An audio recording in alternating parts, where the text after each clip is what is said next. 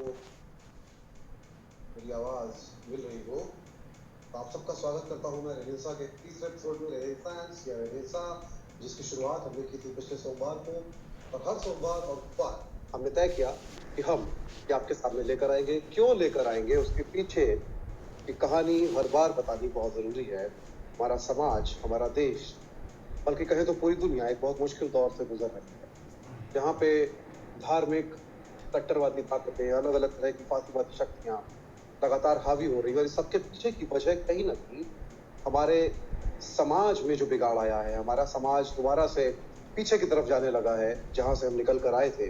ये एक बड़ी वजह है जिस वजह से हम सबके लिए अचानक दुनिया में जहां हम तकनीक का इस्तेमाल करते हैं, तकनीक के जरिए हम भी आपके सामने आपके साथ मौजूद हैं, वहां पर भी हमारे ऊपर कट्टरपंथ हावी हो गया है। हम अचानक से अंधविश्वासी हो गए हैं। हम विज्ञान और उसकी चेतना से दूर हो गए। और इसलिए हमने तय किया कि मीडिया विजन पे हम लेकर आएंगे हफ्ते में 2 दिन रेनेसा यानी कि पुनर्जागरण, यानी कि नव जागरण। ये वो दौर था जो 14वीं सदी में यूरोप में शुरू हुआ, जो भारत में 7वीं सदी के बाद आया, और तमाम तरह के सामाजिक सुधार हुए, धार्मिक कट्टरता को लेकर काम हुआ, कुरीतियों को लेकर काम हुआ। एक बार फिर हमको चाहिए रेनेसा। और इसलिए प्रोफेसर जगदीश चतुर्वेदी के साथ हम हर सोमवार और गुरुवार में 3 बजे रेनेसा लेकर आते हैं। हमने शुरुआत की थी राम मोहन राय और उनके काम से, और तीसरे एपिसोड में हम एक तीसरे पड़ाव पे आ पहुंचे हैं, जहां पर हम राम मोहन राय के सबसे अहम काम यानी कि सती प्रथा, उसके उन्मूलन, उसके मूल्यांकन और आज की औरत तक की जो कहानी है उस पर बात करेंगे। उसके पहले मैं प्रोफेसर जगदीश चतुर्वेदी से उनका स्वागत करता हूँ। और स्वागत है आपका। और मैं, चूंकि आज हम सवाल नहीं ले रहे हैं, हमने तय किया है कि हम सवाल जो भी आएंगे वो गुरुवार को कोशिश करेंगे लेने की, और सोमवार को हम बात करेंगे हर बार नए एपिसोड की, जिससे कि थोड़ा मोनोटोनस ना हो, चीजें अलग अलग हो। प्रोफेसर, ये बताइए, आपको अब तक जो 2 एपिसोड है उसका अनुभव, उसके रिस्पॉन्स से क्या लगा है? मुझे ये लगा है कि लोगों में एक जिज्ञासा तो पैदा हुई है इस पूरे प्रसंग को लेके जी। और खासतौर पर युवा लोगों में इसका जो उत्साह है वो मेरे लिए काफी महत्वपूर्ण है। मतलब जो मैं देख पा रहा हूँ, क्योंकि जब आपके यहाँ से ये ब्रॉडकास्ट होता है उसके बाद में मैं अपने यहाँ भी इसे शेयर करता हूँ। आपके यहाँ और अपने यहाँ दोनों जगह जो मैं लोगों का उत्साह देख रहा हूँ वो मेरे लिए बहुत महत्वपूर्ण है। और दूसरी चीज इसलिए भी मुझे अच्छा लगा ये कि जो मैंने लोगों से बातचीत में सुना है कि बहुत सारे ऐसे प्रसंग हैं जो कि हम लोग आमतौर पर कक्षाओं में बात ही नहीं करते। साहित्य की, कला की, संस्कृति की तमाम जो कक्षाएं हमारे यहाँ हो रही हैं उसमें ये नवजागरण एक तरह से रिचुअल्स की तरह दाखिल होता है और चला जाता है। तो ये इस लिहाज से यंग लड़कों में जो लड़कियों में जो इसका रेस्पॉन्स है बहुत अच्छा है। तो आपकी बात हुई कुछ ऐसा, कोई ऐसी बात किसी से हुई हो जो आप शेयर करना चाहें हमसे, किसी ने कुछ ऐसा कहा हो इसको लेकर? मतलब इसकी जो सबसे अच्छी चीज जो मुझे लगी वो ये कि लोगों में ये जिज्ञासा है कि इसे आप हिंदी भाषी क्षेत्र से कैसे जोड़ेंगे। जी। अब मेरे पास तो कोई सटीक आंसर नहीं है, लेकिन यह है कि ये चूंकि इवॉल्व होने के प्रोसेस में है ये पूरा का पूरा थीम, तो उसमें हम लोग हिंदी भाषी क्षेत्र में भी प्रवेश करेंगे इसे लेकर। और हम कोशिश कर रहे हैं कि ये सिर्फ बंगाल केंद्रित बातचीत न रहे, इसलिए हम इसमें बीच बीच में बाहर भी निकलते हैं इस प्रोग्राम में बातचीत में। तो ये एक तो मुझे अच्छी चीज लगी। आपने ये बात छेड़ दी है तो मैं बीच में ये सवाल जरूर करना चाहूंगा कि जो हिंदी भाषी क्षेत्र है, आप कैसे देखते हैं वहां पे रेनेसा जो है वो या पुनर्जागरण जैसी कोई चीज हुई भी है या नहीं हुई है, और हुई है या नहीं हुई है, दोनों ही परिस्थितियों में अभी के समय को, परिप्रेक्ष्य को देखें तो कितनी जरूरत है आपको ऐसी किसी चीज की? एक्चुअल में जो संकट है वो ये है कि हिंदी भाषी क्षेत्र में राजनीतिक अवेयरनेस तो बढ़ी है और राजनीतिक पार्टिसिपेशन भी बढ़ा है, लेकिन दिक्कत यह है कि जो विभिन्न किस्म की जो विचारधाराएं हैं जो कि समाज में सक्रिय हैं और विभिन्न राजनीतिक दल जो सक्रिय हैं, उनका जो पिछले 200 साल का जो हिंदी भाषी क्षेत्र का जो रिकॉर्ड है वो बड़ा चिंताजनक चिंताजनक है। तो विभिन्न उसमें तरह तरह के संगठन आए हैं और गए हैं, वो चिंताजनक है।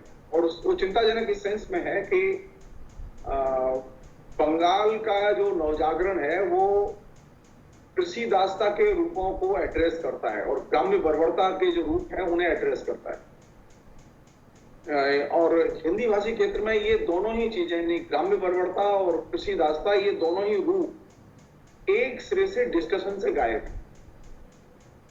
थोड़ा बहुत उन लोगों ने जरूर इस पर ध्यान खींचा है जो किसान सभा करते हैं, तमाम किस्म के वामपंथी आंदोलन से जुड़े हुए लोग हैं, तो वो लोग जब गांव में जाते हैं तो उनको वो चीज कन्फ्रंट करनी पड़ती है। लेकिन इन जनरल जो कल्चरल, सोशल, पॉलिटिकल डिस्कोर्स है उसमें ये दो रूप, ग्राम्य बर्बरता और कृषि दासता, ये दो पहलू एक सिरे से गायब है। तो बहुत देर नहीं करूंगा, अब मैं आप लोगों को, मैं यहाँ से विदा ले रहा हूँ और मैं अंत में आऊंगा और मैं आप लोगों को प्रोफेसर के साथ छोड़ता रहा हूँ। और हम आज बात कर रहे हैं सती प्रथा, उसके मूल्यांकन, उसके एबॉलिशमेंट, कैसे खत्म हुई वो, और आज की औरत तक हमारी कहानी जो है वो कहाँ पहुंची है वहां तक। Professor, now it's over to you. Thank you. आज हम लोग ये जो वेनेसा का जो एपिसोड है, इस एपिसोड में सती प्रथा के मूल्यांकन के प्रसंग में जो सवाल उठे उन पर बात करेंगे।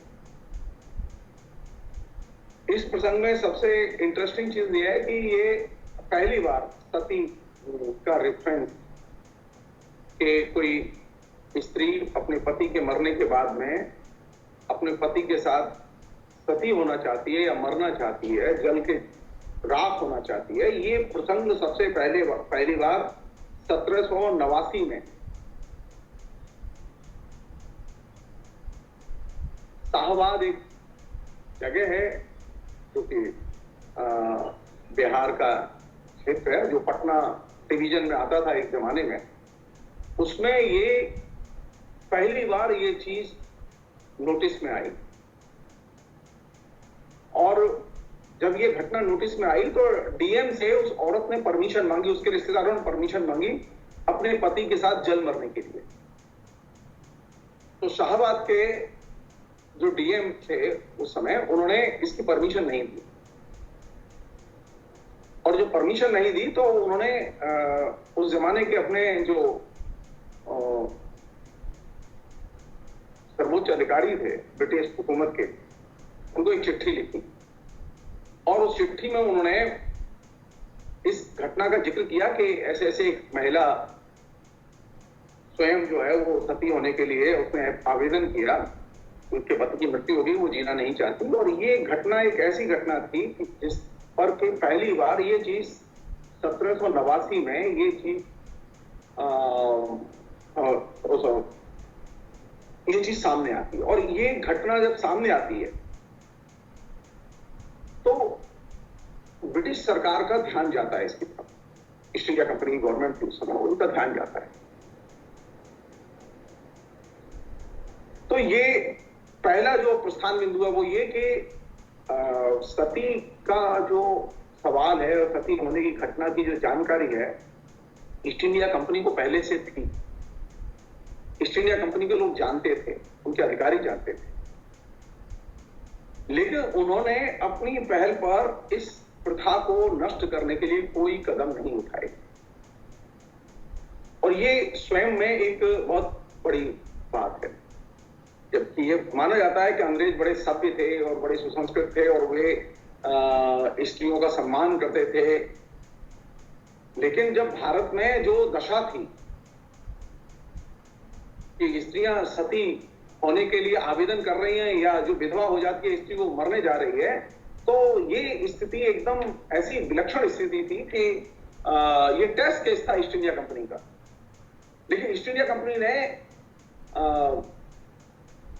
इसकी सूचना मिलने के बावजूद, जानकारी मिलने के बावजूद 1789 में ये घटना उनके सामने आई और ये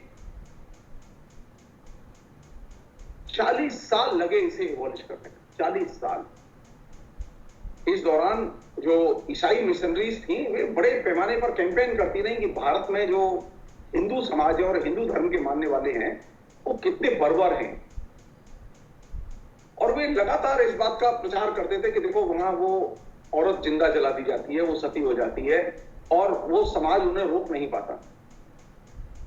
और इन चीजों का प्रचार तो वो करते थे, लेकिन ईसाई मिशनरीज ने कभी भी अपने प्रभाव का ईस्ट इंडिया कंपनी पर दबाव डाल के इस प्रथा को रोकने के लिए कोई प्रयास नहीं किया। इसलिए जो पहली चीज सती प्रथा के मूल्यांकन के संदर्भ में वो ये कि सती प्रथा का जो उन्मूलन हुआ वो उन्मूलन इसलिए नहीं हुआ कि भारत में अंग्रेज आए, बल्कि वास्तविकता यह है कि अंग्रेज के शासन के बावजूद ईस्ट इंडिया कंपनी ने कभी भी अपनी तरफ से कोई पहल सती प्रथा को नष्ट करने के लिए नहीं उठाई, कोई कानून नहीं बनाया। यहां तक कि ईसाई मिशनरीज प्रचार करती थी, लेकिन उन्होंने भी कोई इस प्रथा को खत्म करने के लिए कानून बनाया जाए इसके लिए गंभीरता से कोई दबाव पैदा नहीं किया। उनके लिए भी वो एक प्रोपेगेंडा की चीज थी जिससे कि लोग हिंदू धर्म से विमुख होकर ईसाई धर्म ज्वाइन करें और ईसाई धर्म के करीब आए। तो ये एक मिथ है कि अंग्रेज जब भारत में आए तो उन्होंने सती प्रथा को खत्म किया, ये एक मिथ है, ये सही नहीं, ये सही नहीं। वास्तविकता यह है कि भारत में राजा राममोहन राय के नेतृत्व में जब आंदोलन शुरू हुए, और वे आंदोलन एक दो दिन नहीं चले, पूरे 10 साल 1818 से लेके 1829 तक जब ये इवोल्यूशन हुआ है सती प्रथा के खिलाफ में कानून बनाए, पूरे 10 साल बंगाल और उसके बाहर सती प्रथा के खिलाफ राजा राममोहन राय के नेतृत्व में एकदम निरंतर संघर्ष चला है। उस संघर्ष का यह परिणाम है कि सती प्रथा खत्म हो गई। अंग्रेज अगर रहते और आंदोलन न होता तो ये सती प्रथा कभी खत्म नहीं होती, वो बनी रहती, क्योंकि अंग्रेजों के लिए बहुत उपजाऊ जनाधार यहां अवेलेबल था। क्योंकि जो परंपरावादी जो हिंदू सनातनी हिंदू थे वे लगातार ये दबाव बनाए हुए थे कि सती प्रथा को बनाए रखा जाए, और सती प्रथा के खिलाफ में जो कानून बनाने की मांग की जा रही है ये उनके आंतरिक धार्मिक मामलों में हस्तक्षेप है और इसे ब्रिटिश सरकार को नहीं करना चाहिए। आरंभिक दौर में क्योंकि हिस्टोरिकल डॉक्यूमेंट्स इस बात की सूचना देते हैं कि आरंभिक दौर में स्थिति ये थी कि अंग्रेज डरे हुए थे इस बात से कि कहीं ऐसा ना हो कि हम बंगाल में जो सती प्रथा की जो सूचनाएं और घटनाओं की सूचनाएं हमारे पास आ रही हैं और हम सती प्रथा के खिलाफ कानून बना दें, तो कहीं ऐसा ना हो कि लोग बगावत कर बैठे और खासतौर पर सेना में बगावत हो जाए, क्योंकि वो डरे हुए थे कि सेना में बगावत हो सकती है इससे। तो सती प्रथा से अंग्रेज अपने तरीके से देख रहे थे और वो यहां से देख रहे थे कि जनता कहीं बगावत न कर बैठे, सेना बगावत न कर बैठे और अव्यवस्था न फैल जाए, और यही एक कारण उन्होंने बार बार अपने पत्रों में जिक्र भी किया उसका। तो ईस्ट इंडिया कंपनी ने कोई रुचि नहीं ली और वे अपने इसमें मगन रहे कि अगर ये समस्या नीचे फैली है तो फैली रहे। एक तो पहलू ये है इसका कि ये जो मिथ है कि सती प्रथा खत्म हुई उसमें अंग्रेजों की बहुत बड़ी भूमिका थी, ये मिथ है और ये गलत है। वास्तविकता यह है कि 10 वर्ष से अधिक समय राजा राममोहन राय ने सती प्रथा के खिलाफ आंदोलन किया और उस आंदोलन का यह परिणाम था कि सती प्रथा को खत्म करने के लिए कानून बनाना पड़ा। एक अन्य पहलू है जिसको कि कायदे से हमें ध्यान रखें हमको, वो ये कि सती प्रथा जब हिंदुस्तान में लागू की गई या चल रही थी तो उसके पैरेलल और भी कई चीजें चल रही थी। सती प्रथा के बारे में ये मेरा निजी दृष्टिकोण है कि सती प्रथा को खाली एक एक पर्टिकुलर इवेंट, एक विशेष घटना या परिघटना के तौर पर नहीं देखना चाहिए। ये सिर्फ 19वीं शताब्दी का विशिष्ट या 18वीं शताब्दी के अंत का में शुरू हुआ विशिष्ट फिनोमिना नहीं है, बल्कि ये एक खास तरह से इसे देखा जाना चाहिए। 19वीं शताब्दी में जैसे लोग देख रहे थे, 21वीं शताब्दी में इस प्रसंग को वैसे ही नहीं देखा जाना चाहिए। ऐतिहासिक मूल्यांकन की दृष्टि से ठीक है कि आप उसे सती की कैटेगरी, सती के साक्ष्य, सती के ऐतिहासिक साक्ष्य, सती के ऐतिहासिक डॉक्यूमेंट, इनकी दृष्टि से देखें, लेकिन हमें यह तो देखना होगा कि आखिर ये इसमें बुनियादी समस्या क्या थी। औरतें क्यों सती होना चाहती थी, और खासकर विधवा औरत क्यों सती होना चाहती थी, क्या वजह थी इसकी। हिंदू समाज में कोई ऐसी चीज है जो कि कोर तक बैठी हुई है और आज भी बैठी हुई है,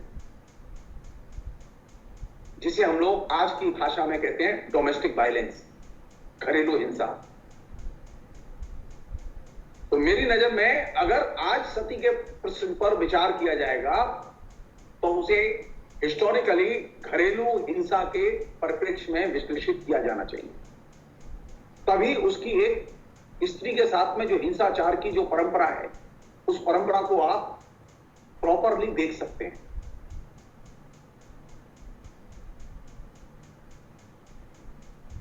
लोग सोचें इस बात पर कि जो हिस्टोरियंस हैं, जिन्होंने सोशल हिस्ट्री पर काम किया और खासकर मॉडर्न हिस्ट्री पर काम किया है, जिन्होंने बहुत अच्छा काम किया है।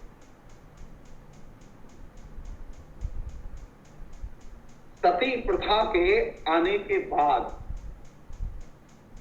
पहले तो प्रश्न यह है कि सती प्रथा वह खाली सिर्फ एक विधवा का जल जाना या मर जाना है, या इसके पीछे कुछ और भी रीजन है। आप गौर कीजिए, इतिहास में इसके साक्ष्य हैं जो कि उस कंटेम्परेरी हिंदू धर्म और हिंदू समाज के अंदर थे। वो क्या साक्ष्य हैं, और वे साक्ष्य वही हैं जिनकी तरफ मैं ध्यान खींचना चाहता हूं कि ये जो एक तरह से हिंदू समाज के अंदर, एक हिंदू धर्म के अंदर ऐसे मानने वाले थे जो कंटिन्यूअसली किसी न किसी रूप में हिंसा करते थे।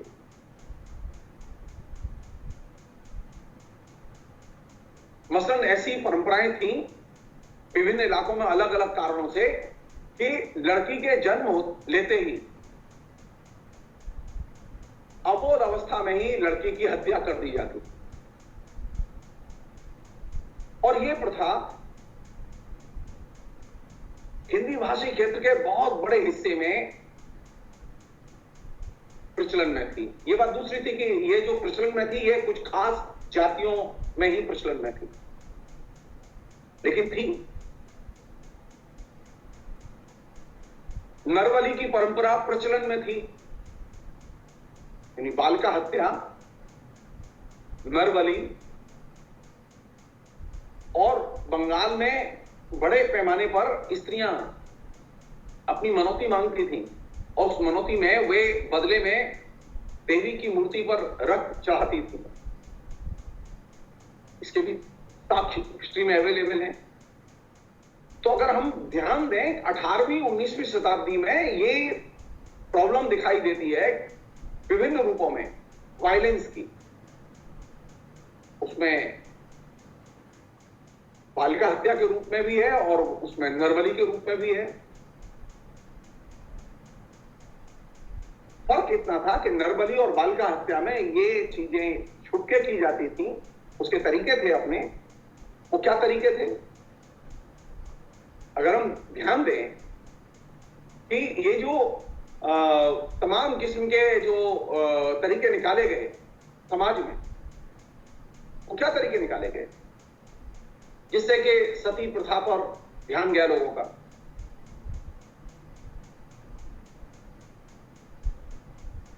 सती प्रथा का मतलब यह था कि उसे हम पब्लिकली सेलिब्रेट करते थे। एक स्त्री अपने मृतक पति के साथ जब जल के मरती थी तो सारा समाज खड़ा होकर देखता था। आसपास जो लोग रहते थे, नातेदार थे, रिश्तेदार थे, गांव के लोग थे, वे सब खड़े होकर देखते थे। उसकी एक सामूहिक परफॉर्मेंस थी। जबकि बालिका हत्या और नरबली, इन दोनों में ये छिपा के की जाती थी चीजें, लेकिन हिंसा थी। और खासतौर पर जो मेरा इशारा है वो ये कि स्त्री के खिलाफ हिंसा थी।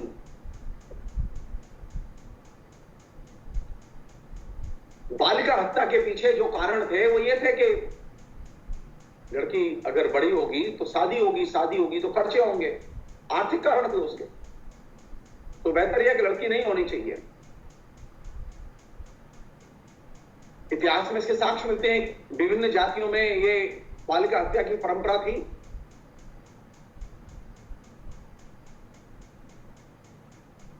मसलन राजपूतों में यह परंपरा थी कि 10 साल तक की लड़की की शादी कर दी जानी चाहिए, तो बेहतर यह है कि 10 साल तक लड़की रहे ही नहीं, उसे किसी तरह से विदा कर दो,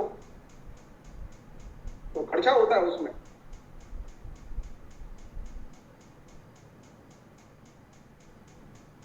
ठीक यही चीज यानी पहले वो बालिका हत्या के रूप में थी और अब वह लिंग परीक्षण के तौर पर है।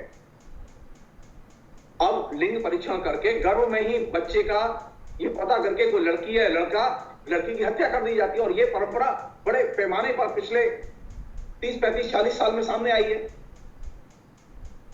पहले बच्ची जन्म लेती थी और मार दी जाती थी, और अब बच्ची जन्म लेने के पहले ही गर्भ में मार दी जाती है।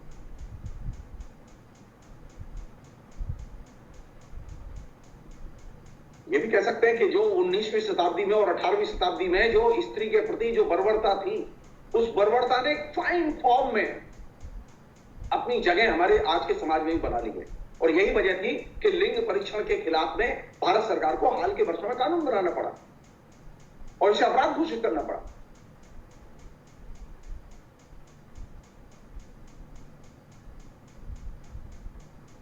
और गौर कीजिए कि सती क्यों होती थी औरत?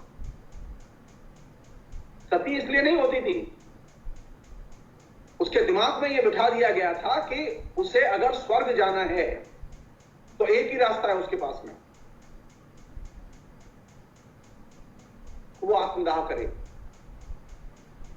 कई बार यह भी होता था कि स्त्रियां जो घटना हुई शाहबाग की, उस शाहबाग की घटना में बाकायदा यह चीज सामने आई। जो शाहबाग का जो डिस्ट्रिक्ट मजिस्ट्रेट था, उसने जब लॉर्ड को लिखा तो उसने लिखा कि आप मुझे बताइए कि वैसे ये बहुत बर्बर प्रथा है, ये सती की प्रथा, मैंने अनुमति नहीं दी है, क्या मुझे अनुमति देनी चाहिए? तो ऊपर से ईस्ट इंडिया कंपनी के अधिकारियों ने यह आदेश दिया कि नहीं, आपको इसमें सरकारी हस्तक्षेप नहीं करना चाहिए, सती प्रथा के खिलाफ कोशिश करनी चाहिए, परसुएट करना चाहिए, समझाना बुझाना चाहिए, लेकिन सरकारी हस्तक्षेप नहीं करना चाहिए। यानी सरकार मूक दर्शक बनी रहे। अगर कोई स्त्री जल के मरना चाहती है, तो सती होना चाहती है, तो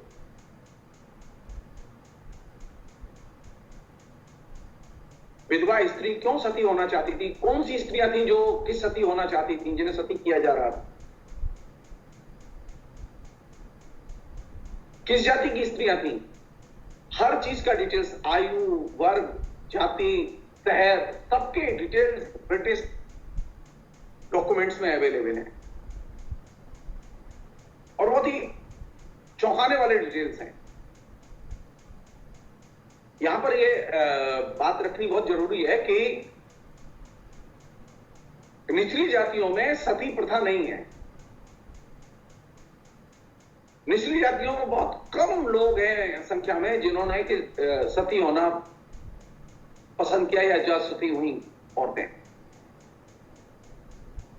सती फिनोमिना बेसिकली सवर्ण जातियों में और संपन्न लोगों के बीच में सबसे ज्यादा प्रचलन में था।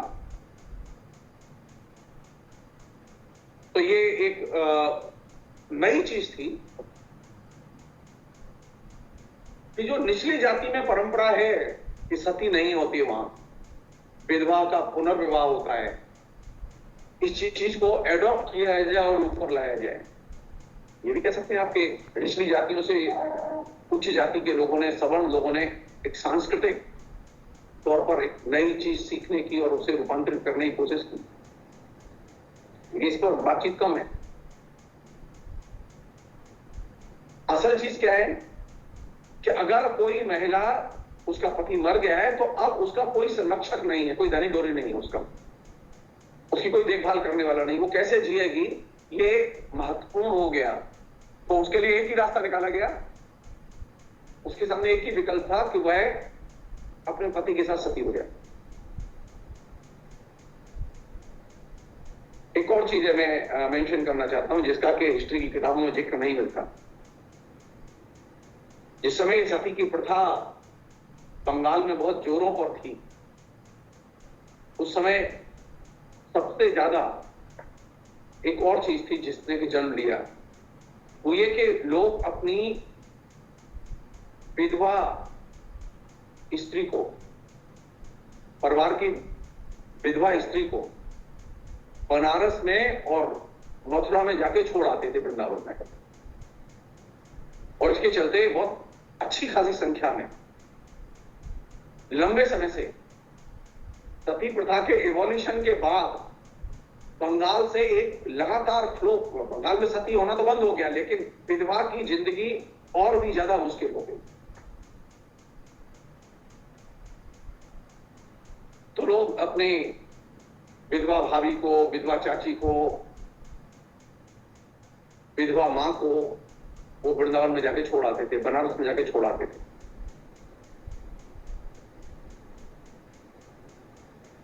तो जब हम सती प्रथा पर बात करें तो हम एक चीज ध्यान रखें, जिससे कि मैं कहना चाहता हूं ये कि एक हिंदू समाज में घरेलू हिंसा की एक परंपरा रही है, उस परंपरा को ट्रेस किया जाना चाहिए, खोजा जाना चाहिए।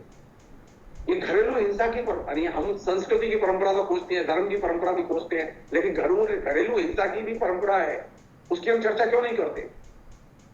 घरेलू हिंसा से जुड़े हुए जो रूप हैं, जो कि रोज नए नए फॉर्म में आ रहे हैं। घरेलू हिंसा एक ऐसी है जो कि लगातार उत्पादित और पुनरुत्पादित होती रही है और नए फॉर्म में आती रही है।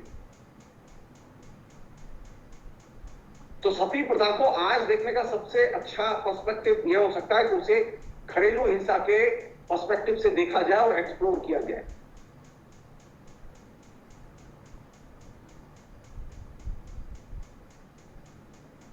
हिस्टोरियंस ने जो काम किया है उसमें उन्होंने दो चीज रेज की हैं।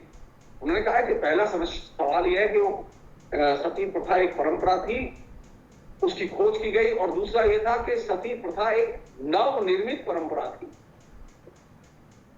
पुराना जो मेडिवल जो टेक्स्ट है उसमें खोज की गई कि सती के जिक्र कब कब मिलते हैं, कब सती हुई थी, और वहां से बहाने खोज के फिर नए सिरे से 18वीं शताब्दी के 7वें दशक में ये परंपरा शुरू होती है। बल्कि ये कहना ज्यादा सही होगा, 8वें दशक में परंपरा शुरू होती है। और 18वीं शताब्दी के 8वें दशक से जो परंपरा शुरू होती है वह परंपरा 19वीं शताब्दी के दूसरे दशक तक चलती है, तीसरे दशक तक चलती है। 1829 में कानून आता है। और ये 50 वर्ष 40 वर्ष अपने आप में बहुत महत्वपूर्ण वर्ष। ये जो 40 वर्ष हैं, ये 40 वर्ष इसलिए महत्वपूर्ण है कि इस 40 वर्ष में अनेक चीजें बदली हैं। मैंने पिछली बार एक बात कही थी कि 18वीं शताब्दी के रेफरेंस के बिना आप जो सामाजिक बर्बरता के रूप है, और खासतौर पर स्त्री संबंधी जो सामाजिक बर्बरता है, स्त्री के प्रति जो हिंसाचार है, उसको आप खोल ही नहीं सकते। उसमें बालिका हत्या का प्रश्न महत्वपूर्ण प्रश्न था, उसमें नरबली का प्रश्न महत्वपूर्ण प्रश्न था, और ये सारी की सारी चीजें हिंदू धर्म के अंदर, और ये 18वीं शताब्दी में आती और अंधविश्वास के तौर पर आती। तो आपने क्या किया कि आपने सती प्रथा को तो रोक दिया, लेकिन अंधविश्वास के खिलाफ में लड़ाई बंद नहीं। आपने सती प्रथा को तो रोक दिया, लेकिन घरेलू हिंसा बंद नहीं हुई। प्रश्न किया जाना चाहिए कि सती प्रथा के खत्म होने के बाद, कानूनन खत्म होने के बाद, बंगाल में क्या घरेलू हिंसा बंद हो गई? या जिन राज्यों में, जिन जिलों में, पटना डिवीजन में ये सती प्रथा थी, कलकत्ता डिवीजन में सती प्रथा थी, बंगाल के पूरे हिस्से में सती प्रथा थी। उस समय का जो उड़ीसा का हिस्सा था वह भी बंगाल का हिस्सा था। कटक, पुरी, बालासोर, ये सब कलकत्ता डिवीजन का हिस्सा था। बनारस डिवीजन में गोरखपुर और गाजीपुर, ये वहां हिंसा थी, सती प्रथा थी, लगातार स्त्रियां सती हो रही थी, इसके डाटा मिलते हैं। उनमें उच्च जाति की औरतें भी हैं और उनमें निम्न जाति की औरतें भी हैं। तो ऐसा नहीं है खाली ये बंगालियों के समाज में ही ये समस्या थी और सवर्ण बंगालियों के बीच में समस्या थी, पूरे बंगाल में ये समस्या थी और उसमें सवर्णों के बीच में ज्यादा थी। कलकत्ते में इसकी संख्या ज्यादा थी, लेकिन बाकी जगह भी इसकी गिनतियां मिलती हैं। और बनारस डिवीजन में अब आप सोचिए, मैं एक चीज का जिक्र करना चाहता हूं। एक जमाने में बनारस के राजकुमार होते थे, ये 1789 की बात है। बनारस के रेजिडेंट थे, ब्रिटिश रेजिडेंट थे जोनाथन डंकन। उन्होंने एक प्रथा का पता किया कि बनारस में एक परंपरा थी, बालिका हत्या थी। बच्चियां जन्म लेने के बाद उन्हें मार देने की परंपरा थी। और ये प्रथा बनारस में जो थी, इस पर बहस नहीं है। और ये बनारस में ही नहीं दिखा दी, ये काठियावाड़ में थी, कच्छ के जडेजा वर्ग के लोगों में थी, इलाहाबाद के कछवा राजपूतों में थी, चौहान राजपूतों में थी, मैनपुरी के पाठक अहीरों में थी, और जालंधर के बेदी जाति के लोगों में भी थी। बेदी जाति के लोगों में तो यहां तक था कि कोई व्यक्ति अगर अपनी बेटी को जिंदा रखता था तो उसे जाति बाहर कर देते थे। इसके अलावा राठ कबीले के मुसलमानों में भी यह प्रथा प्रचलन में थी, यानी बालिका हत्या थी।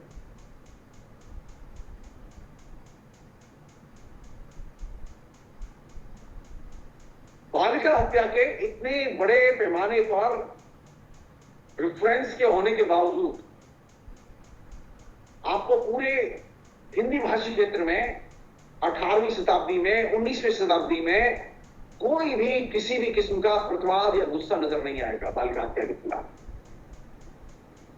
आपको पूरे हिंदी भाषी क्षेत्र में लिंग परीक्षण के खिलाफ में कोई भी गुस्सा और कोई आंदोलन नजर नहीं आएगा।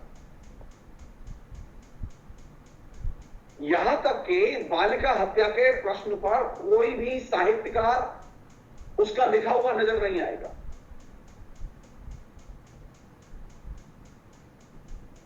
ये चिंता की चीज नहीं है।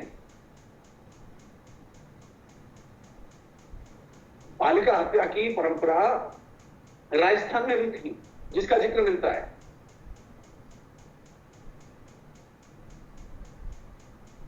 लेकिन न तो ये प्रेमचंद के यहां मिलता है, न भारतेंदु हरिश्चंद्र के यहां मिलता है, न राजस्थान के लेखकों के यहां मिलता है कि बालिका हत्या की परंपरा का।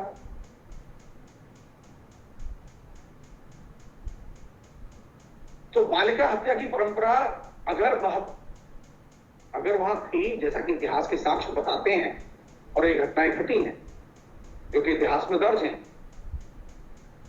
तो सवाल यह है कि साहित्य इनसे विमुख क्यों रहा, साहित्यकार इनकी तरफ ध्यान उन्होंने क्यों नहीं दिया। मैंने पिछली बार इस बात का जिक्र किया था कि हिंदी साहित्य की तो आयरनी है कि जो भारतेंदु हैं वो भारतेंदु तो सती का समर्थन करते हैं, सती प्रथा का समर्थन करते हैं। जहां से नवजागरण शुरू होता है हिंदी में, तो हिंदी में जो नवजागरण का अप्रोच करता है भारतेंदु हरिश्चंद्र, अगर वह सती प्रथा का समर्थन करता है तो आप बताइए कि हिंदी भाषी क्षेत्र की और हिंदी के लेखकों की मनोदशा क्या होगी।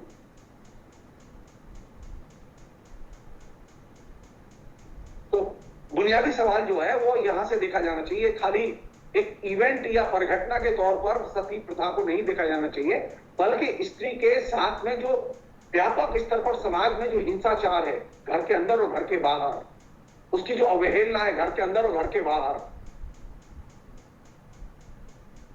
उसके अस्तित्व के लिए, उसके सामाजिक अस्तित्व के लिए जो खतरा है घर के अंदर और घर के बाहर, इन तीन के सवालों के परिप्रेक्ष्य में स्त्री के प्रश्न को देखा जाना चाहिए और सती की घटना को देखा जाना चाहिए। तब आप राजा राममोहन राय से लेकर अब तक इस सवाल को लेकर जो निरंतरता है, उस निरंतरता की खोज कर सकते हैं। हम में से अनेक लोग ऐसे हैं जो कि ये सोचने में अभी असमर्थ हैं कि राजा राममोहन राय के जमाने में जो कुछ हुआ, राजा राममोहन राय ने जो कुछ किया, वो आगे क्यों नहीं बढ़ा? आगे इसलिए नहीं बढ़ा क्योंकि आपने उसे एक सिर्फ परिघटना के तौर पर देखा।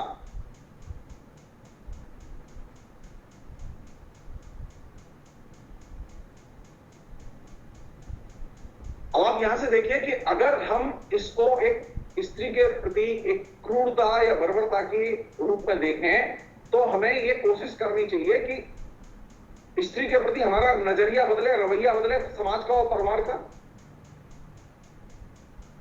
सवाल यह है कि सती प्रथा के खात्मे के बाद स्त्री के प्रति बंगाल में उपेक्षा और अवहेलना का रवैया बदला कि नहीं बदला, या उसने और दूसरे फॉर्म ग्रहण कर दिए। आधुनिक काल में हिंदुस्तान में स्त्री के प्रति उपेक्षा और अवहेलना का रवैया बदला कि नहीं बदला? स्त्री के प्रति घरेलू हिंसा और उस घरेलू हिंसा की वैधता के बारे में दृष्टिकोण बदला कि नहीं बदला, यहां से देखा जाना चाहिए इसे। आमतौर पर होता यह है कि हम सती प्रथा में हम लोग सफल हुए, ये एक बड़ी उपलब्धि थी, इसमें कोई दो राय नहीं। एक और चीज है जो कि इस सती प्रथा के मूल्यांकन के प्रसंग में मेरे दिमाग में आई, जिसे कि मैं शेयर करना चाहता हूं आप लोगों से, वो ये कि ईस्ट इंडिया कंपनी ने एक मेथड निकाला। मेथड क्या था कि वो बार बार डिस्ट्रिक्ट मजिस्ट्रेट से ये कहते थे कि तुम पता करो कि हिंदू धर्म में सती वैध है या अवैध है। तो विभिन्न अदालतों के जो डिस्ट्रिक्ट मजिस्ट्रेट हुआ करते थे, वे जो फौजदारी अदालतें थी, उन फौजदारी अदालतों के जो मजिस्ट्रेट थे वे पंडित से व्याख्याएं पूछते थे। मध्यकालीन जो टेक्स्ट है उसमें उसके प्रमाण पूछते थे कि मध्यकालीन जो टेक्स्ट है, पुराना जो प्राचीन टेक्स्ट है, उसमें धर्मशास्त्री जो प्रमाण ग्रंथ है उनमें क्या लिखा है। तो पंडित अब जैसी व्याख्या कर दे, कोर्ट वैसा ही मान लेता था। और ये दिलचस्प था कि अनेक जगह अलग अलग किस्म की व्याख्याएं, अनेक जगह अलग अलग किस्म के रूप व्याख्याओं के वो सामने आए।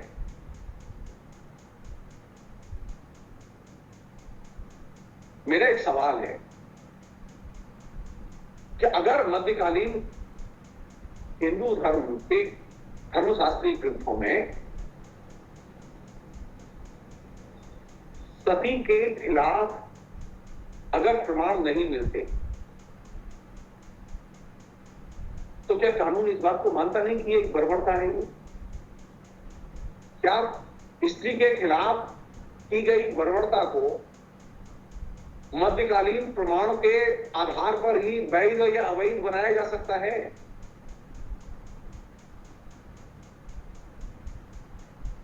नवजागरण में यह खेल बहुत हुआ है, पक्ष और विपक्ष दोनों तरफ मध्यकालीन प्रमाणों का इस्तेमाल बड़े पैमाने पर हुआ है।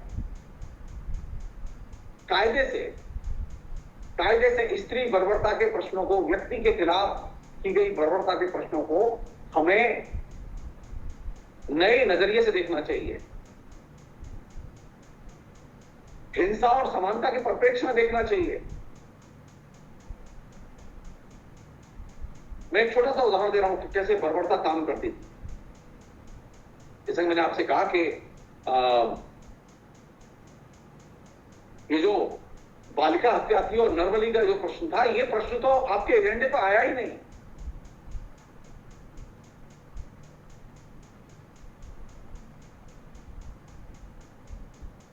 और अभी रिसेंट तक राजस्थान में सबसे ज्यादा घटनाएं घटी हैं।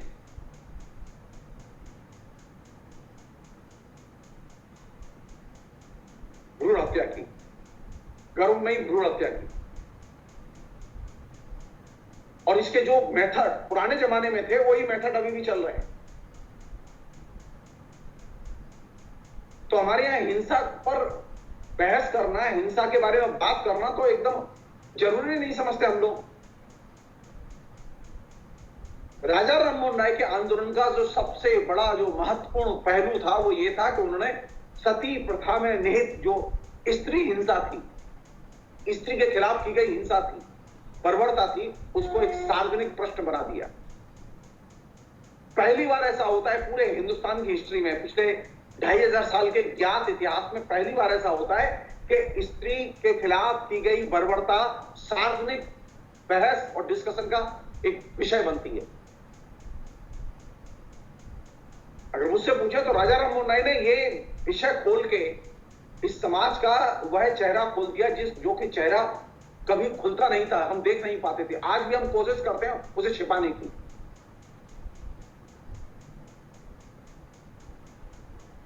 तो किस परिप्रेक्ष्य में देखें हम?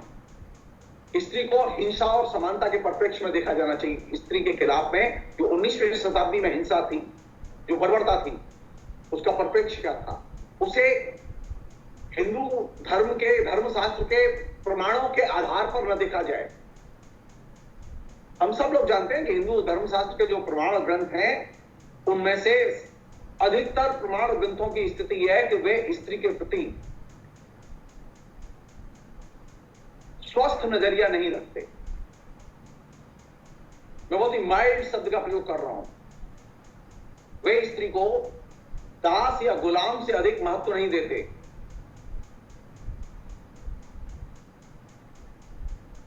और धार्मिक ग्रंथों के आधार पर या धर्मशास्त्र के आधार पर स्त्री की आप एक व्यक्ति की स्वतंत्र सत्ता के तौर पर पहचान को स्थापित नहीं कर सकते।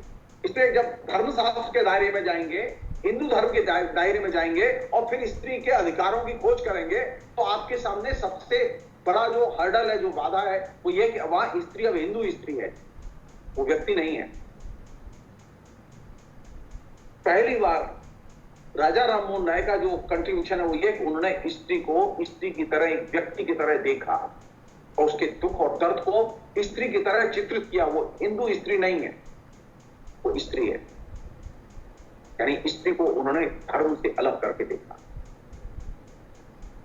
और कहा कि आप इसके प्रमाण हो या ना हो मध्यकाल में, पर स्त्री हत्या है। और ये चीज अपने आप में एक बड़ी चीज थी। इसने एक बड़ा परिवर्तन पैदा किया।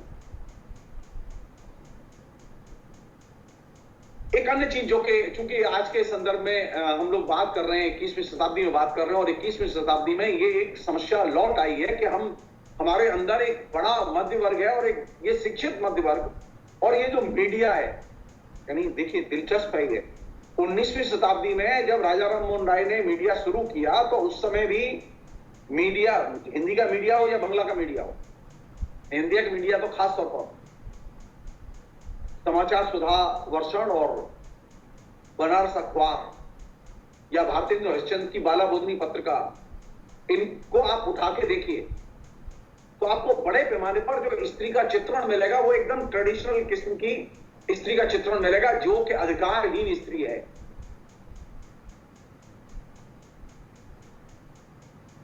अधिकार संपन्न और अपनी पहचान से लैस युक्त स्त्री वहां नजर नहीं आएगी आपको।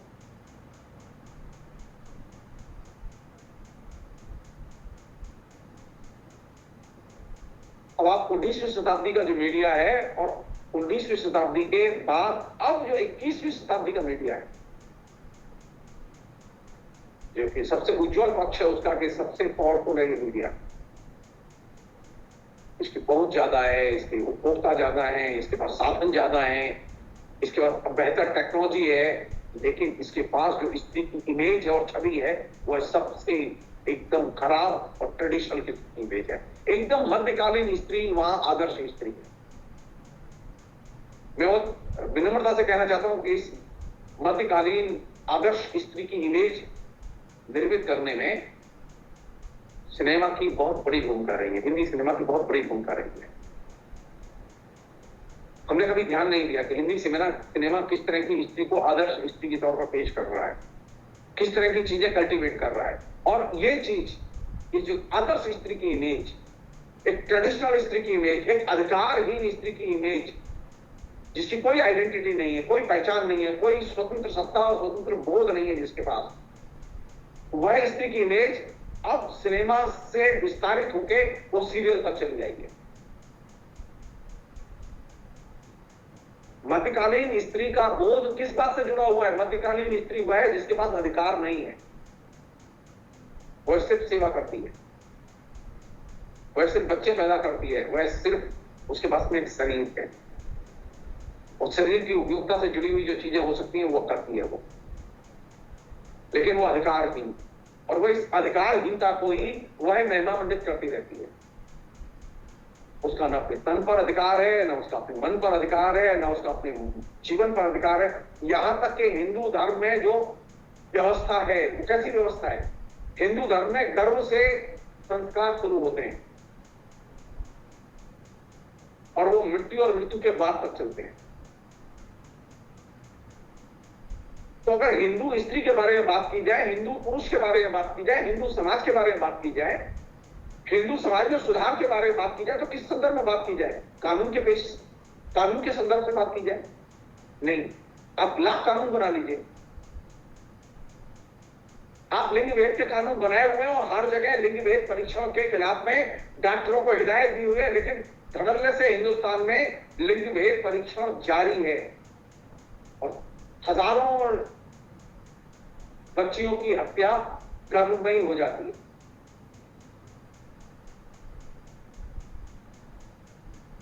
और हरियाणा का तो मतलब जेंडर रेशियो ही डगमगा गया, असंतुलन पैदा हो गया उसमें, क्योंकि बड़े पैमाने पर लड़कियां गर्भ में ही मार दी गई।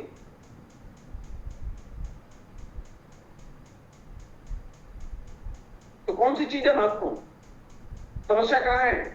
स्त्री को देखने के लिए कानूनी परिप्रेक्ष्य महत्वपूर्ण है या कोई और परिप्रेक्ष्य की जरूरत है? मुझे लगता है कि स्त्री को, खासतौर पर हिंदू समाज की स्त्री को और भारत की स्त्री को देखने के लिए संस्कार के परिप्रेक्ष्य में देखने की जरूरत है, क्योंकि यहाँ जो एटीट्यूड है, यहाँ जो दृष्टिकोण है, वह संस्कार से अभिन्न रूप से जुड़ा हुआ है। हम संस्कारों के परिप्रेक्ष्य को, संस्कारों के द्वारा निर्मित जो संसार है, जो विचारधारा है, उसको अगर क्वेश्चन नहीं करते। राजा राम मोहन राय का सबसे बड़ा जो योगदान था वो क्या था? वो सबसे बड़ा योगदान यह था कि हम हिंदू धर्म शास्त्र या किसी भी किताब के द्वारा अनुमोदित जो संस्कार हैं, जो मान्यताएं हैं, जो उपदेश है, हम उन्हें नहीं मानते।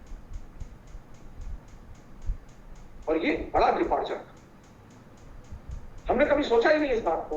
बल्कि हुआ यह है कि कालांतर में जो हमने कॉन्स्टिट्यूशन अडॉप्ट किया, सिर्फ एक काम हो जाता, बहुत अच्छा होता वो हमारे हिंदुस्तान के। अभी भी कर दें हिंदुस्तान के शासक तो हिंदुस्तान का बहुत बड़ा उपकार होगा कि हिंदुस्तान में जो शादी होगी, वो शादी जो होगी वो सिर्फ कोर्ट मैरिज होगी। शादी और किसी और रूप में नहीं होगी, सिर्फ कोर्ट मैरिज होगी। लेकिन आपने क्या किया है? आपने ये किया है कि हिंदुस्तान में शादी करते समय आपने कोशिश ये की है, आपने कोशिश ये की है कि लगातार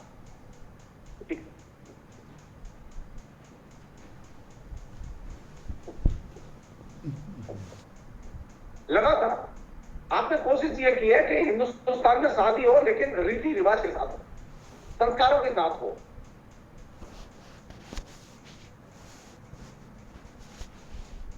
रीति रिवाज और संस्कारों को आपने चुनौती नहीं दी, और रीति रिवाज और संस्कार इन आइडियोलॉजिकल लड़ाई की सबसे बड़ी जगह है।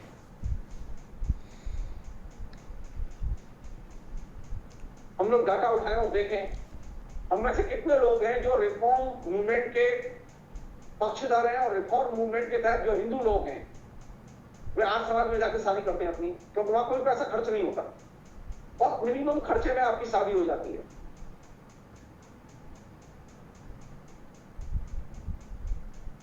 तो हम स्त्री को बदलेंगे कैसे? स्त्री की जो सामाजिक अवस्था है वो किससे जुड़ी हुई है? स्त्री के प्रति जो नजरिया है, पुरुष के प्रति जो नजरिया है वो किससे जुड़ा हुआ है? हिंदी भाषी समाज में और हिंदू समाज में स्पेशली संस्कारों की संरचना से, संस्कारों की विचारधारा से, और ये संस्कारों की संरचना और संस्कारों की विचारधारा कर्म में आने के साथ शुरू होती है और मरने के बाद भी जाएगी। और सॉलिड सिस्टम है। तो हमारे यहां जब हिंसा होती है तो हिंसा को तो क्वेश्चन किया गया, लेकिन संस्कारों को क्वेश्चन नहीं किया गया। मेरा ये मानना है कि हिंसा, जो स्त्री के प्रति हिंसा है, उसकी जड़ें हिंदू संस्कारों में हैं। हिंदुओं के जो संस्कार हैं, जिन्हें आप कुरीतियां कहते हैं, जिन्हें आप रूढ़िबद्धता कहते हैं, संस्कार एज ए सच को ही जब तक आप क्वेश्चन नहीं करते, उसके खिलाफ सवाल खड़े नहीं करते, उसके विकल्प नहीं खोजते, आप तय मानिए हिंसा बार बार होगी और स्त्री बार बार हिंसा की शिकार होगी। हमने क्या किया कि हमने हिंसा के प्रश्न को संस्कार के साथ जोड़कर देखा ही नहीं। हमने संस्कार को मान लिया वो पवित्र है, संस्कारों में कोई दोष नहीं है। नहीं, संस्कार नहीं दोष है। मैं एक उदाहरण दे रहा हूं उसका, आप उस दोष को समझ सकते हैं। हमारे यहां सबसे पवित्र शादी कौन सी मानी जाती है? जिसमें 7 फेरे पड़े। 7 फेरे पढ़ना बहुत जरूरी है। और 7 फेरे कब पढ़ेंगे? जब कन्यादान होगा। अब आप बताइए, हिंदुस्तान में ये अकेली विरल परंपरा है पूरी दुनिया में जहां कन्यादान की जाती है, वैदिक मंत्रों के साथ दान की जाती है, और हम खुशी खुशी कन्यादान करते हैं। स्त्री को दान करके देने की परंपरा अपने आप में एकदम गलत परंपरा है। इसके ऊपर सवाल खड़े किए जाने चाहिए थे, लेकिन हमने सवाल नहीं खड़े किए।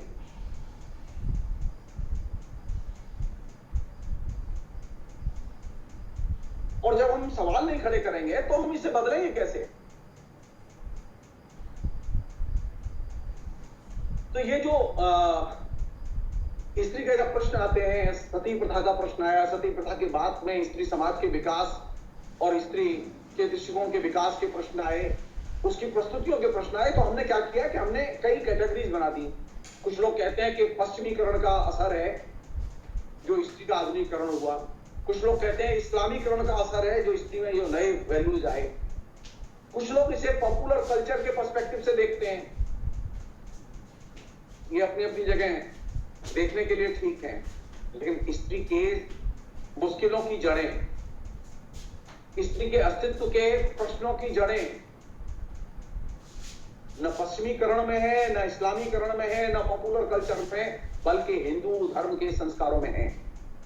संस्कारों की व्यवस्था को, संस्कारों के द्वारा निर्मित मूल्यों को जब तक हम क्वेश्चन नहीं करते, उनके प्रति सवाल खड़े नहीं करते, हम इसे बदल नहीं सकते। और संयोग की बात है कि जो इतिहास लेखन है वो संस्कारों के प्रश्नों और उनकी जटिलताओं को तो उठाता ही नहीं है।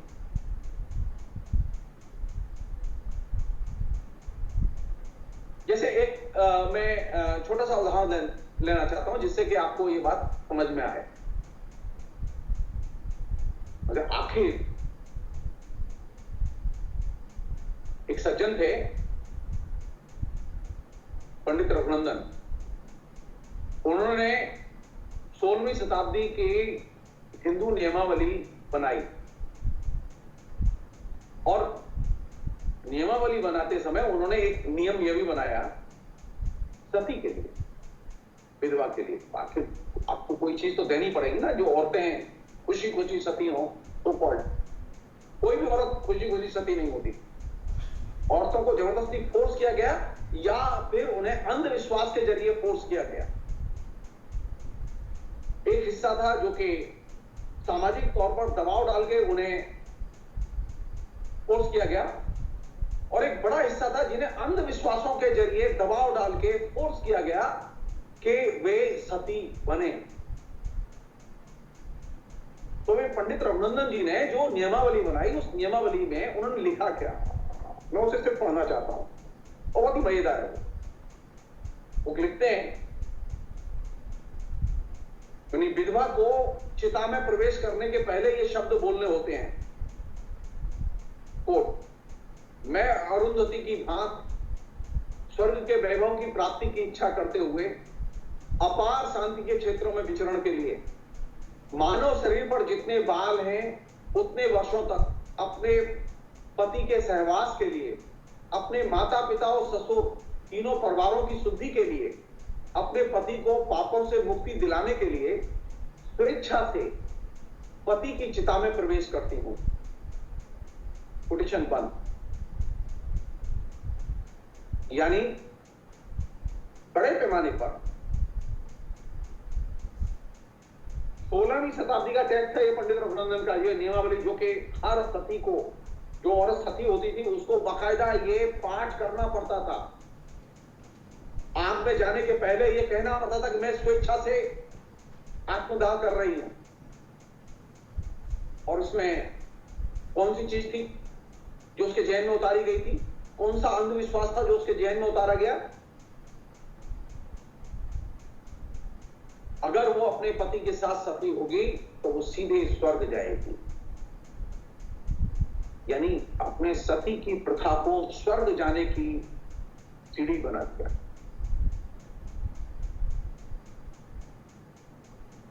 जबकि ये किसी भी स्त्री के लिए, यानी सती होना, एक चरम यातना का प्रतीक है।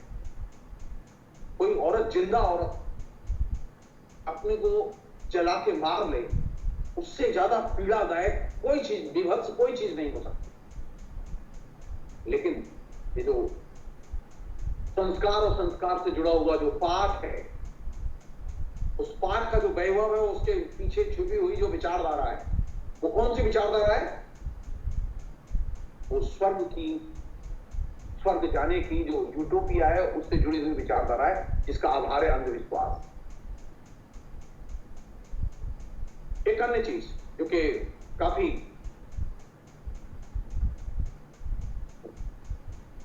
वो ये कि ये जो सती प्रथा से जुड़े हुए जो प्रश्न हमारे सामने आए, उनमें सामाजिक असंतोष तो था। ईसाई मिशनरियों के प्रचार ने सामाजिक असंतोष को तो हवा दी, ये सच है। लेकिन ईसाई मिशनरियों के दबाव से सरकार ने कानून नहीं बदला।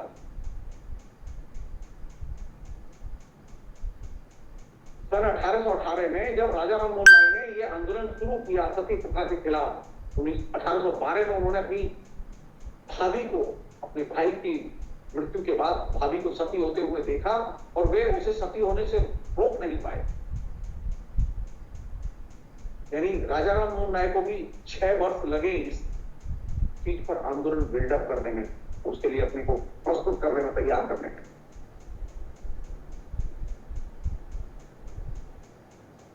और फिर जब उन्होंने ये शुरू किया आंदोलन, तो वो फिर तभी बंद हुआ जबकि एक कानून बन गया।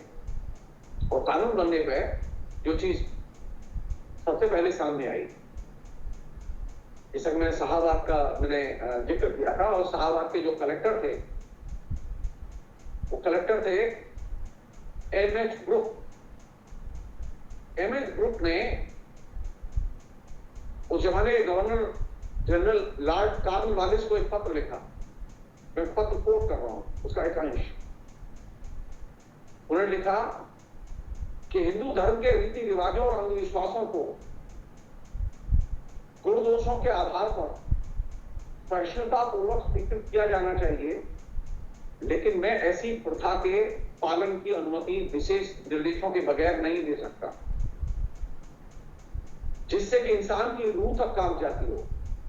इसलिए मान्यवर, मैं अनुरोध करता हूं कि मुझे बताया जाए कि मैंने इस मामले में जो कुछ किया है, आप उससे संतुष्ट हैं?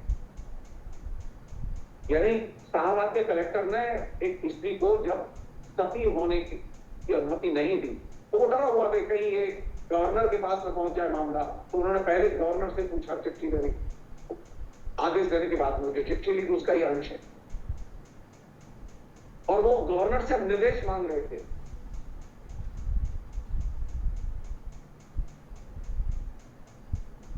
सवाल ये है कि क्या ये जो अंधविश्वास हैं, हिंदू धर्म के रीति रिवाज हैं, क्या ये सहिष्णुतापूर्ण वातावरण रखते हैं जैसा कि इस पत्र में कहा गया? जी नहीं। अंधविश्वास और अंधविश्वासों से जुड़ा हुआ जो संसार है वो सहिष्णुतापूर्ण वातावरण नहीं रखता,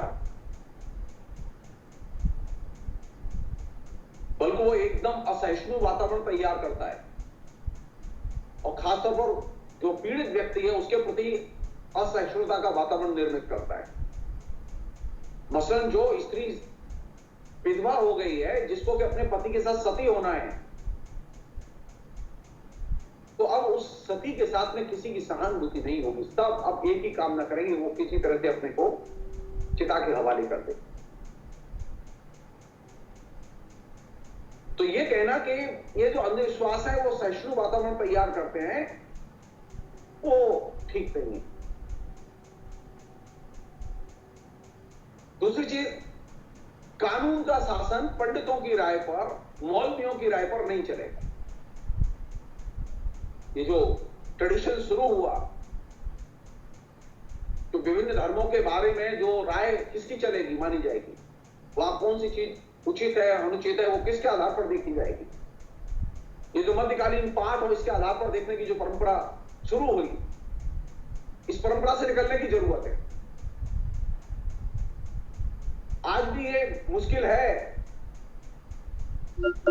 आप आधुनिक कानून और आधुनिक नजरिए से स्त्री के प्रश्न, संपत्ति के प्रश्न, संस्कृति के प्रश्न, इनको नहीं देखते। आप किस नजरिए से देखते हैं? मध्यकालीन पाठ के आधार पर। उसका क्लासिक उदाहरण है राम मंदिर का फैसला। किस आधार पर लिया गया? प्राचीन कालीन पाठ के आधार पर, प्राचीन कालीन मान्यताओं के आधार पर। वास्तविकता यह है कि राम हुए कि नहीं हुए कोई नहीं जानता।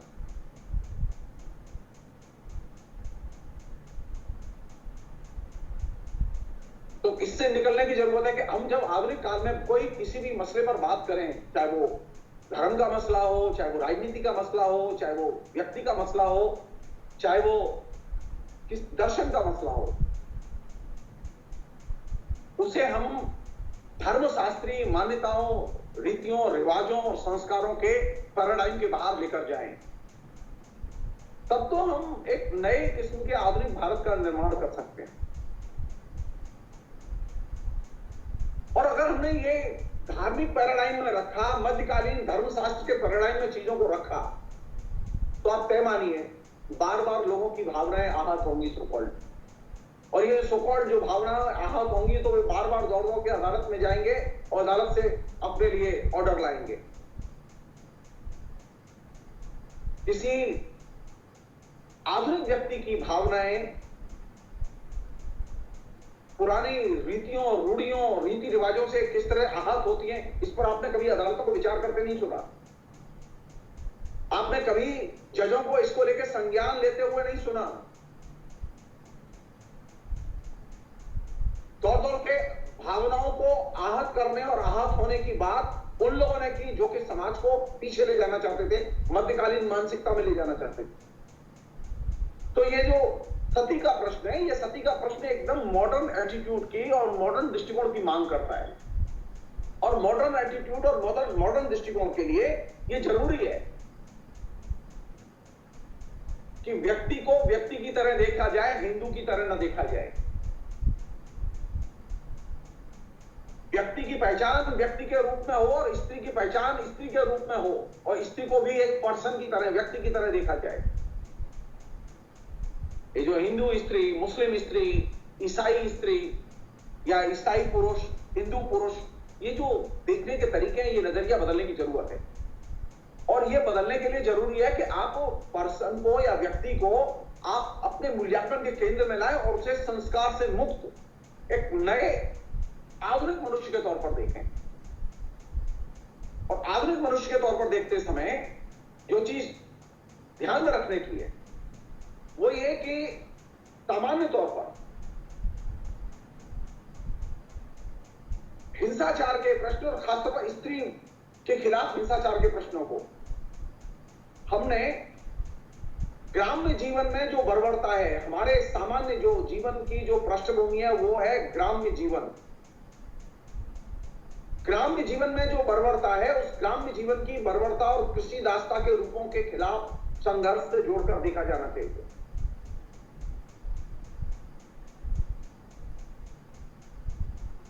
परंपरा के संदर्भ में नहीं, नवनिर्मित परंपरा के संदर्भ में नहीं, हिंदू धर्म और दर्शन के संदर्भ में नहीं, बल्कि ग्राम्य जीवन में व्याप्त बर्बरता के रूपों के संदर्भ में, पितृसत्ता की विचारधारा की जो बर्बरता है उसके संदर्भ में राजा राममोहन राय की मुश्किल यह है कि वे पितृसत्ता के दृष्टिकोण को चुनौती नहीं देते।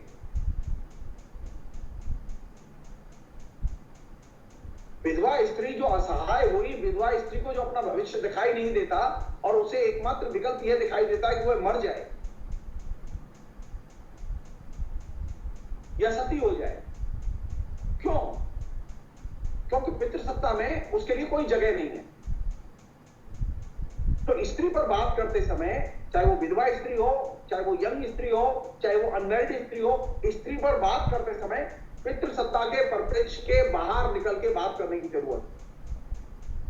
समानतावादी परिप्रेक्ष्य में देखने की जरूरत है और इस रूप में देखने की जरूरत है कि ये जो स्त्री के खिलाफ में जो हिंसा है वो एक तरह से उत्पत्ति मूलक हिंसा है, वो कंटिन्यूअसली घट रही है, बार बार हो रही है, नए नए रूपों में हो रही है। तो स्त्री लिबरेट कैसे होगी? लिबरेट तब होगी जब स्त्री को आप नए परिप्रेक्ष्य में देखेंगे। नया परिप्रेक्ष्य कहां से बनेगा? संविधान के दृष्टिकोण से, समानता और लोकतंत्र के दृष्टिकोण से। राजा राममोहन राय स्त्री के लिए लोकतंत्र की खोज नहीं करते, हमें खोज करनी होगी। वे स्त्री पुरुष में समानता की खोज तो करते हैं, लेकिन स्त्री पुरुष के बीच में समानता को वो पितृसत्तात्मक विचारधारा के परिप्रेक्ष्य में ही निर्मित करते हैं। ये उसकी सबसे बड़ी वीकनेस है। राजा राममोहन राय और उनके समकालीन लोगों के लिए स्त्री तो चाहिए, लेकिन वो पितृसत्ता के बिना नहीं चाहिए, पितृसत्तात्मक विचारधारा के बिना नहीं चाहिए। लेकिन आज की डेट में हमें कैसी स्त्री चाहिए? हमें एकदम लोकतांत्रिक और समानतावादी दृष्टिकोण वाली स्त्री चाहिए। इसलिए राजा राममोहन राय का दृष्टिकोण 19वीं शताब्दी के लिए तो रेलेवेंट है। राजा राममोहन राय का यह दृष्टिकोण भी आज भी रेलेवेंट है कि हम धर्मशास्त्रीय मान्यताओं और पुस्तकों के निर्देश के आधार पर जीना बंद करें और पुराने संस्कारों से अपने को मुक्त करें। ये बहुत ही प्रासंगिक चीज है जो राजा राममोहन राय से हमें मिलती है। लेकिन हमें इसके आगे जो चीज देखनी है वो ये कि परिवार और परिवार के ढांचे में जो व्याप्त पुरुषवाद है, पितृसत्ता है, जिसके कारण स्त्री के खिलाफ में उसके गर्भ में आने से लेके मृत्यु के बाद तक कंटिन्यूअसली हिंसा और असमानतावादी दृष्टिकोण का प्रदर्शन होता है, वो प्रदर्शन न हो। उस दृष्टिकोण के आतंक से स्त्री को मुक्ति मिले, इसके लिए जरूरी है कि स्त्री को ज्यादा से ज्यादा लोकतांत्रिक बनाया जाए, उसे ज्यादा से ज्यादा व्यक्ति केंद्रित बनाया जाए, उसकी पहचान व्यक्ति के तौर पर, नागरिक के तौर पर हम सुनिश्चित करें। स्त्री की जब तक हम नागरिक के तौर पर पहचान सुनिश्चित नहीं करते, व्यक्ति के तौर पर पहचान सुनिश्चित नहीं करते और इसे हम नहीं मानते, तब तक उसे हम संस्कारों के पैकेज के बाहर नहीं ले जा सकते। तो पहला कदम व्यक्ति के तौर पर स्त्री को देखें।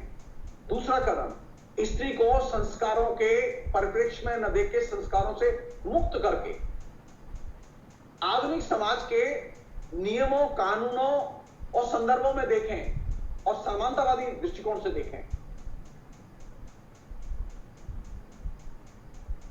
और आखिरी चीज, स्त्री का तन, स्त्री का मन और स्त्री का धन, इस पर सिर्फ और सिर्फ स्त्री का अधिकार होगा।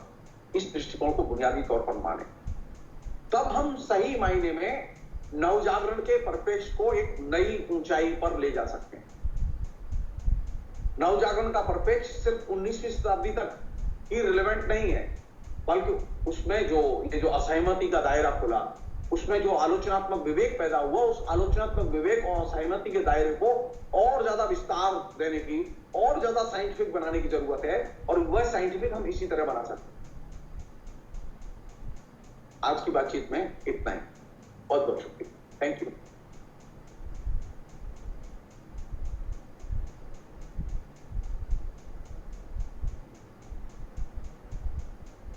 शुक्रिया प्रोफेसर। उम्मीद करता हूँ मेरी आवाज आपको मिल रही होगी।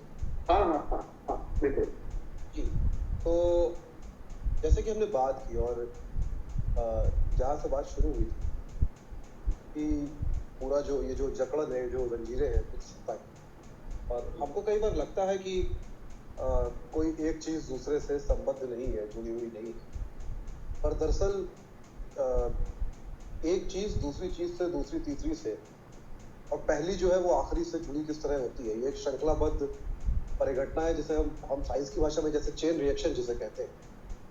और ये जो पूरी बात है कि जो जड़ है वो कहाँ पर है, और वो आज की बातचीत से भी साफ है, और इस बारे में लगातार बहस शायद और होनी चाहिए, कम हुई है, कि स्त्री को देवी मानने से लेकर, और स्त्री को देवी मानने से लेकर के गाय को देवी मानने, और गाय को देवी मानने से लेकर नदी को देवी मानने तक हमारा जो अप्रोच है वो क्या है, और इन सभी के साथ हमने क्या किया। जिसको भी हमने देवी मान लिया या माँ मान लिया, उनके साथ हमने किया क्या। तो दरअसल ये देवी मानना या माँ मानना या पूरा जो अप्रोच है, ये केवल शोषण करने का एक बहाना भर है। जैसे आपका कोई दोस्त आके आपसे, उसको जब भी आपसे उधार चाहिए हो, वो आपसे आके गए कि यार तुम तो मेरे सबसे अच्छे दोस्त हो, ज्यादा मैं किसी को मानता है, वाइस बिल्ड करके जो है वो आपका शोषण करे। और जो है तो ये जो एक प्रोसेस है, और स्त्री के साथ भी अगर हम इसको देखें तो आखिरी में जो जहाँ पे आप पहुंचे कि उसका शरीर, उसकी सेक्सुअलिटी और वो तमाम चीजें, उस पर सिर्फ उसका अधिकार है। ये बहुत इंपॉर्टेंट बात इसलिए भी है कि कहीं ना कहीं पितृसत्ता ने स्त्री को कैद करने के पीछे सबसे बड़ी वजह सेक्सुअलिटी ही थी कहीं ना कहीं इतिहास में। अगर हम एंथ्रोपोलॉजी और ह्यूमन इवोल्यूशन के साथ समाज को समझे, समाज जहाँ से विकसित होता है, जब पहली बार बस्ती बसती है, और जहाँ से शादी की पूरी संस्था एग्जिस्टेंस में आती है, यानी कि जब हम खेती करना सीख लेते हैं, वो जो सती जो जिसे कर रहे थे ना, या जो सती हो रही थी, उसके बारे में यही तो था कि अब इसका पति मर गया है, तो अब ये कहीं ऐसा तो नहीं है कि ये सेक्सुअली सोसाइटी को डिस्टर्ब करे। बिल्कुल। तो चूंकि उसके पहले जब वो पैदा हुई तो पिता, तो दरअसल हमने तो है इसको हम समझे तो हमने स्त्री को बना दिया एक प्रॉपर्टी, जैसे कोई जमीन होती है और उसकी मिल्कियत किसी आदमी के नाम, पावर ऑफ अटॉर्नी जो है वो उसके पिता के नाम है पहले, और भाई के पैदा होते ही 2-3 साल में भाई के नाम भी आती है। 4 साल के बच्चे को बहन के साथ भेजा जाता है कि वो बाजार अकेले रह जाए। 4 साल के बच्चे को कोई भी लॉलीपॉप देके अपने साथ ले जा सकता है। तो पितृसत्ता ऐसे काम करती है, और उसके बाद पिता जो है वो तय करता है कि पावर ऑफ अटॉर्नी उस जमीन की पिता के पास है, तो वो तय करेगा वो किसके साथ रहेगी, किसके साथ जाएगी।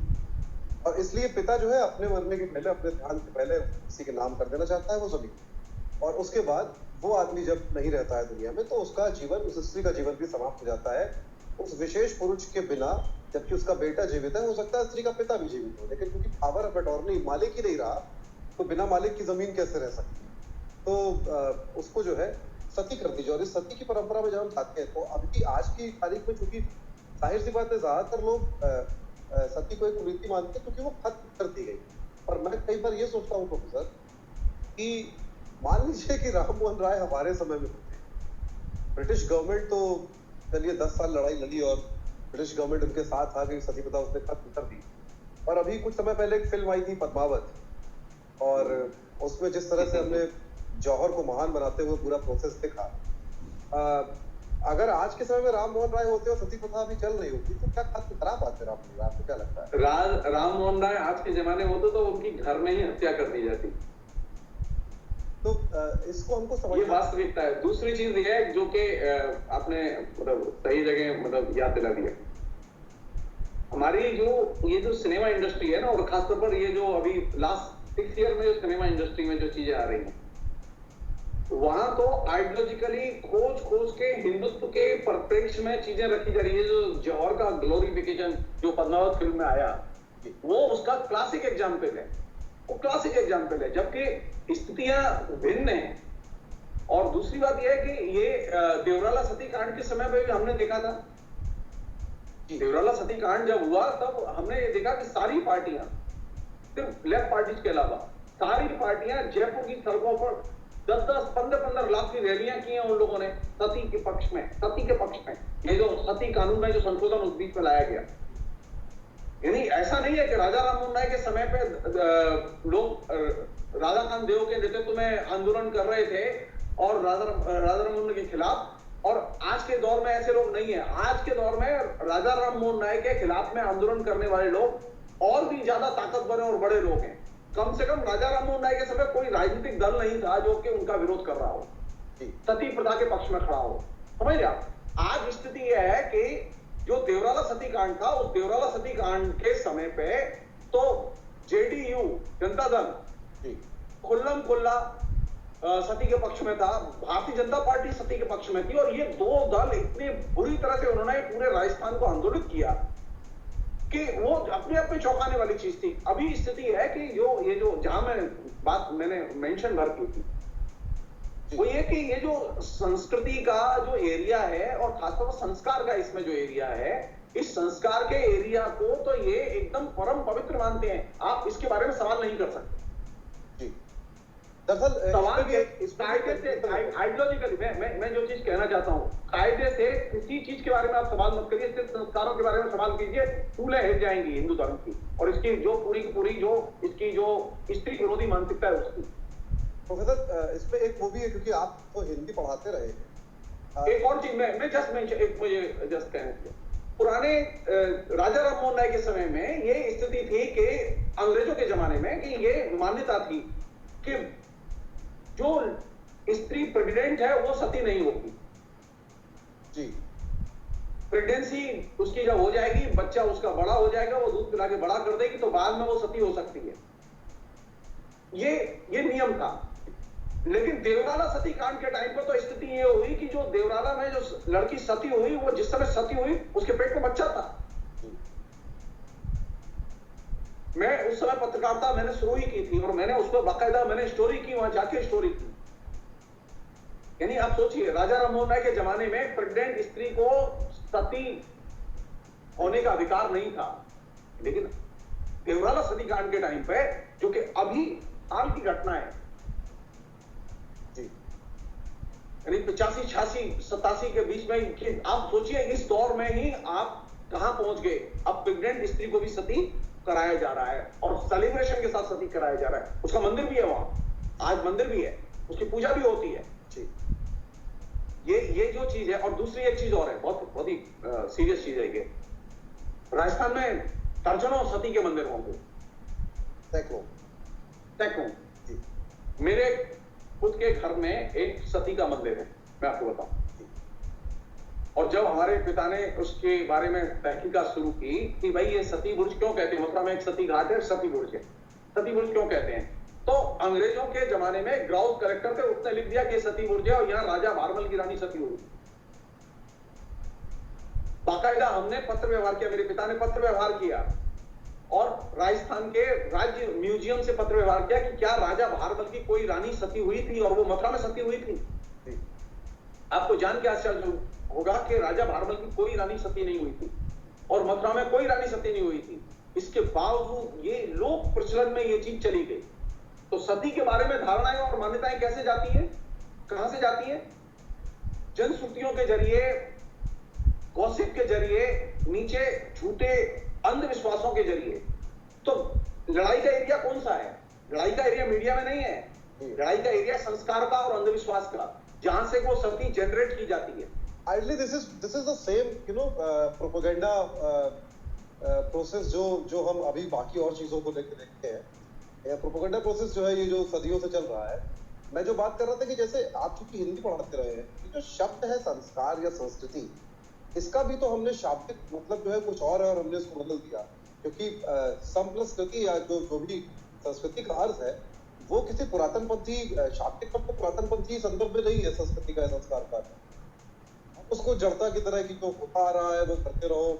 नहीं, हमने किया ये कि संस्कृति का मतलब हमने कुछ किताबें, असल दिक्कत यह है संस्कृति का मतलब कुछ किताबें नहीं है। जिसे हम लोग कल्चर कहते हैं, वो कल्चर एग्रीकल्चर से जुड़ी हुई रही है और आज भी जुड़ी हुई है, और वो एग्रीकल्चर की देन है।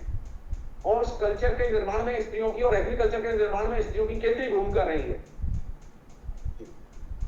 हमने कभी इस चीज को अंडरलाइन नहीं किया, हमने एम्फेसिस क्या दिया, संस्कृति के निर्माण में पंडितों की भूमिका रही है, ब्राह्मणों की भूमिका रही है, पुरोहितों की भूमिका रही है। अरे इनकी भूमिका रही नहीं है इसमें।